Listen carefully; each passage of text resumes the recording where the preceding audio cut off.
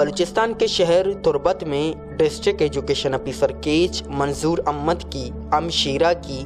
رسم سیوم جوسک میں ان کی رہائش گاہ پر ادا کی گئی۔ رسم سیوم میں اے ڈی او تربت اکبر علی اکبر،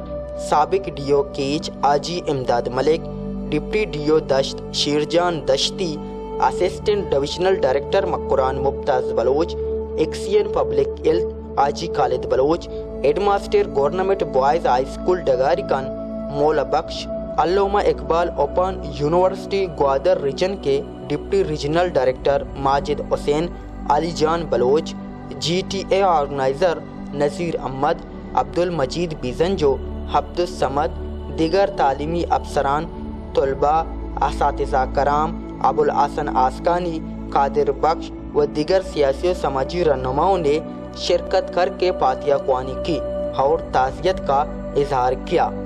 کیمرہ مین امجد مراد اور بلال بار کے ساتھ سرفراز شاہ، گدرشیا پوائنٹ، تربت۔